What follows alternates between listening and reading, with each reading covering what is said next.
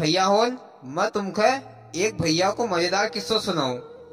एक राधेश्याम भाई थो। राधेश्याम भाई बड़ो ही मजाकी आदमी थो, पर ओमे एक खासियत थी कि ओकर रात में दिखातो नहीं थो। रात में ओकर रतौंधी आती थी। राधेश्याम भाई ससुराल जाए तो दिन भर में घूमी फिरी कर घर वापस आई जाए।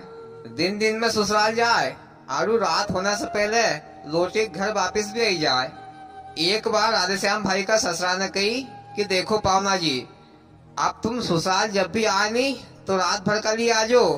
आसो नहीं कि दिन भर बैठना का लिए आए है, जैसा हमारा घर में से कहीं को चले गए हो तो बैठना का लिए आए है। ससुराल आए तो रात भर का लिए आजो। राधेश्याम भाई ने सोचो कि वो तो भारी हुई हो रे, कभी मैं ससुराल में रात रुकी गयो तो हमारी तो पोल खुली जाएगी। ससुरा जी भी शर्मिंदा हो जाएगा कि मैंने 4 आँख से पावना का ढूंढो तो जबकि 2 आँख भी साबुत नहीं निकली। राधेश्याम भाई ने सोचो कि चलो ठीक है, अपना जयराम भाई के साथ में धरी लेगा। फिर दोई का दोई ससुराल गया। अब शाम को समय हुई गयो। अब राधेश्याम भाई का तो 2 ट्यूबलाइट बंद हो गया। सासू जी ने कही कि पावना जी हाथ पैर धोई का आई जाओ, रोटी की थाली निकाली दी है। अब हाथ पैर धोना के लिए सिल्ला थोड़ी दूर थी। राधेश्याम भाई धीरे धीरे गया।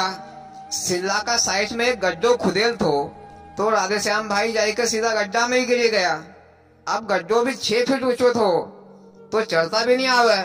राधेश्याम भाई के कि यो गड्ढो हमारे लिए खुदाया थो, परसों तक तो यो गड्ढो नहीं थो, लगा कि कल ही खुदवायो होगो।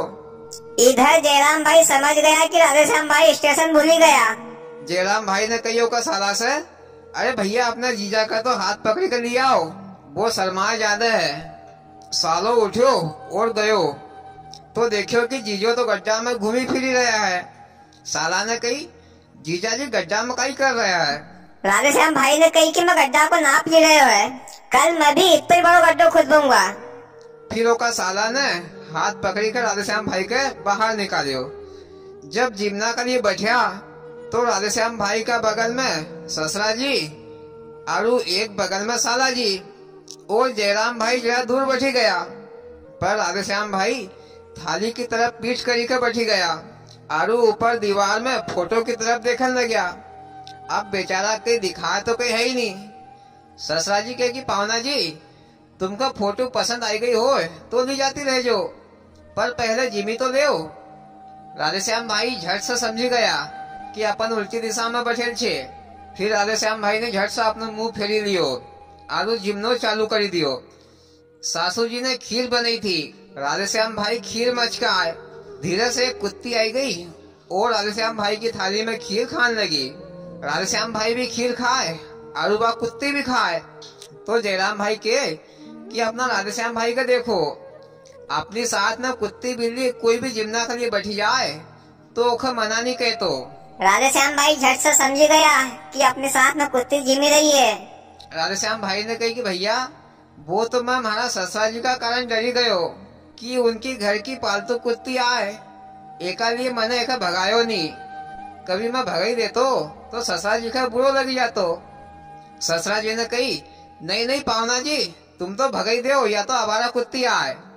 फिर धीरे से सासू जी पावना का खीर देना के लिए उठी तो पावना जी को लगियो कि कुत्ती फिर से आई रही है खीर खाना के लिए। राधेश्याम भाई ने उल्टा हाथ को कसकर जो झापड़ो दियो। सासू जी पूरा अंगना में ऐसी घूमे जैसे झालना देती होए। सासू जी का एक ही झापड़ा में भूतनी बनाई दी।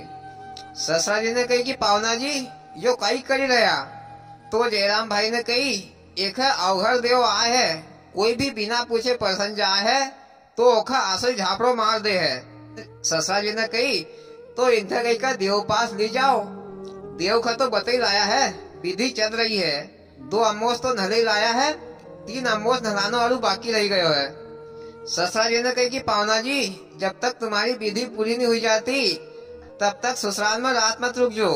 और किस्सो खत्म। एक बार गांव की बाई होल देवी जी का मंदिर में पूजा की थाली लेके पूजा पाठ करना के लिए जा रही थी तो रास्ता में बे बाई होन के एक छोरी ने देखी लियो। बा छोरी ने कही कि बहन जी होन कहाँ जा रही ने, इतनी सजी सबरी है। तो वे बाई होन ने कही, बेटी हम तो मंदिर में जा रहा है पूजा पाठ करना के लिए। छोरी ने कही कि मैं भी तुम्हारे साथ चली दूं। बाई होन ने कही कि चली दे, कहाँ तू हमारा माथा पर बैठी के जाएगी। मंदिर में जाई के वे सब बाई होन पूजा पाठ करने लगी। कोई आरती उतारे, कोई दीपक जलाए, कोई फूल चढ़ाए, तो कोई नारियल फोड़े। पर वह छोरी तो उनका देखी देखी का अपना माथो फोड़े। फिर सब बाई होन आंख मीची के बस होठ हलाए। ये तो मालूम नहीं कि वे माता जी से काई मांगी रही थी। बे सब बाई होन तो माता जी से सोना चांदी का हार और नई नई साड़ी मांगती होगी। बे बाई होन के देखी है बात छोरी मन में के आसी कसी बाई होन होगी। आंख मीची ने होठ हलाए है। अब माता जी का काई मालूम कि ये बाई होन काई मांगी रही ने, कहाँ देखी रही ने और काई बोली रही ने। अरे कहीं दिखाए नहीं कहीं सुनाए तो माता जी के बिचारी का काई मालूम। फिर वे सब बाई होन मंदिर से चली गई। फिर वह छोरी ने माता जी से जोर से कही आंख खोली है, सुनो माता जी, मखा पूजा पाठ करनो तो नहीं आतो, पर तुम मखा कही दे तो अच्छो सुंदर कलेक्टर जैसो दूल्हो दीजो, जबकि तनख्वाह 5 लाख रुपए महीना हो, 2 फीट ऊंचो गद्दीदार पलंग पर सोऊं और हवा का लिए घर में एसी और कूलर होना चाहिए। आसो दूल्हो दीजो। अरे यार छोरी भीख मांगना के लिए आई है कि अपनो कर्जो वसूल करना के लिए आई है? भैया वह छोरी का कहना का अनुसार कलेक्टर दूल्हो मिलियो। अब छोरी का तो रोटी सब्जी कहीं बनातो तो आवतो नहीं थो। बा छोरी ने मुट्ठी भरी भरी कर सब्जी में लाल मिर्ची डाली दी। फिर लंच में कलेक्टर साहब रोटी खाना के लिए बैठा। एक कोल मुंह में लियो और मुंह से धमजाल छूटन लगी तो कलेक्टर साहब का आंख और नाक में से पानी बही के सीधो मुंह में आने लग्यो। तो बात छोरी ने पूछी, क्यों जी, आपकी आंखों में आंसू क्यों आ रहे हैं? कलेक्टर साहब ने कही, ये तो खुशी के आंसू है। अरे इतनी ज्यादा खुशी हो रही है कि आंखों में समा नहीं रही है, इसलिए पानी बनकर बाहर निकल रही है। फिर से बात छोरी ने कलेक्टर साहब से पूछी, अगर ऐसे ही मेरे हाथ का खाना 1 महीने तक खाते रहोगे तो तुमको क्या मिलेगा और मुझे क्या मिलेगा? तो कलेक्टर साहब ने कही, अगर मैं 1 महीने तक तुम्हारे हाथ का खाना खाता रहूंगा तो मुझे तो जाना पड़ेगा शमशान घाट और तुझे मिल जाएंगे मेरे बैंक अकाउंट के पैसे। इसलिए भैया होन भगवान हमें जो भी दे उसे सही तरीके से उपयोग करना चाहिए। भगवान जो भी रास्ता दिखाए उस पर सुचारू रूप से चलना चाहिए। मैं तुमको एक पटेल को किस्सा सुनाऊं। एक पटेल था, पटेल की 2 घरवाली थी। आप काई पूछो पटेल का ठाठ, एक हाथ में लड्डू और एक हाथ में पेड़ा।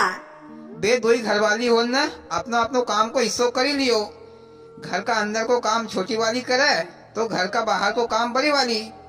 आरू पटेल खे एक दिन रोटी छोटी वाली दे आरू एक दिन बड़ी वाली। आसो 2 होना अपनो अपनो काम को बंटवारो कर लियो। आप 2 घरवाली होना को फायदो भी होए और नुकसान भी। जवान है जब तक तो मजा आज, डोकरो होना पर खटिया पर से घिसी घिसी के बाहर फेंके। एक दिन काई हुयो कि छोटी वाली ओका पीहर चली गई। इधर पटेल का फिर एक दिन रोटी मिले। एक दिन पटेल भूखो ही चल रहा है। पटेल का एक दिन का आराम रोटी खाना का मिले तो पटेल दिना दिन सुखन लग्यो। पटेल सोचे, अरे छोटी वाली आई जा, आसो नहीं होए कि थारा आना से पहले मैं शमशान चली जाऊं। पटेल फिर एक दिन गांव में घूमना के लिए निकलिया तो पंडित जी ने पूछा कि पटेल भैया तुमको कई बीमारी लगी गई कई, जो तुम दिना दिन कमजोर होता जा रहा?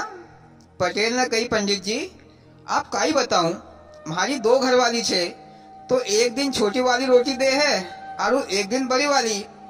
अब छोटी वाली ओका पीहर चली गई है तो मैं ओका नाम को उपास हो रहे हो है। बाप पीहर से जब आएगी तब मखा 2 टाइम खाना कमी लगो।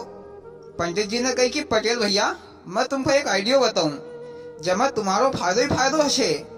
पटेल ने कही कि हाँ जल्दी बताओ पंडित जी। फिर पंडित जी ने पटेल की 2 घरवाली उनको बुलाई।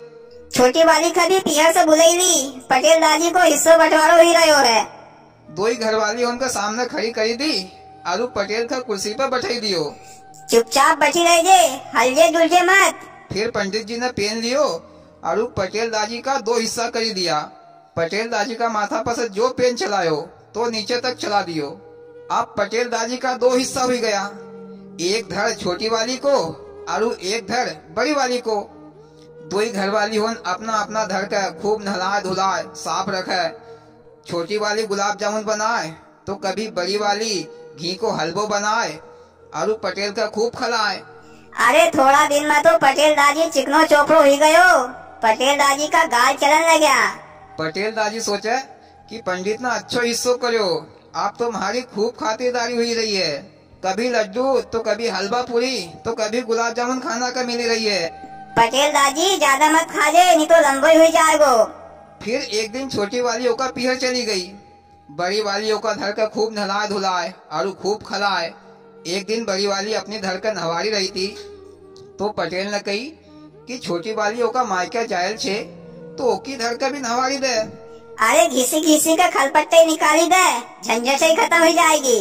फिर बड़ी वाली अंदर गई और चूल्हा पर पानी उकलतो ही तो न उकलता हुआ पानी की तुक्कल लाई और छोटी वाली का धर का ऊपर पूरा पानी फेंकी दियो। अरे पटेल दादी दो हाथ ऊपर कूदे, पटेल दादी का पूरा खलपट्टे निकाली कर फेंकी दिया। अब पटेल दादी का ऊपर माखा पड़ेगा, टोपलो भरी है। फिर छोटी वाली का पीहर से आई, पटेल दादी ने कही, देख बो तू थारा पीहर चली गई थी तो बड़ी वाली ने थारी धर को काई हाल करो। छोटी वाली ने कही कि मैं 2-4 दिन का लिए पीहर काई चली गई, तूने हमारी धर का खलपट्टा निकाली दिया। आप तू देख मैं थारी धर को काई हाल करूं, थारी धर का आसी बिगाड़ूंगा कि दिल्ली बम्बई का डॉक्टर भी इलाज नहीं कर पाएगा। फिर छोटी वाली ने पटेल को हाथ पकड़ो और कमरा में ली गई और किवाड़ की साकल लगाई दी कि कई बड़ी वाली आई नहीं जाए कमरा में। और कमरा का अंदर चूल्हो जलतो ही थो। पटेल दादी के नीचे फेंकी दियो और वो की छाती पर लात धरी दी। फिर चूल्हा में से 4-6 जलता हुआ लक्खड़ निकालिया और बड़ी वाली का धड़ का ऊपर रखी दिया। पटेल दादी 4-4 हाथ कूदन लग्यो। लोग तो मरना का बात पंच लकड़ी दे है, पर ये तो जिंदा की बालन झुकी है ने। भैया 2 घरवाली करना में मजा कम और चिवड़ा ज्यादा पड़ा है। आदमी ने कभी भी 2 घरवाली नहीं करना चाहिए। और किस्सो खत्म। वाह मोदी जी, क्या मजेदार किस्सो सुनायो, सुनकर बड़ो ही मजो आयो। और भैया हो तुमको कसो लगे मोदी जी को किस्सो अच्छो लगे हो तो प्लीज वीडियो को लाइक और चैनल को सब्सक्राइब जरूर कर जो। भोलेनाथ सबके साथ।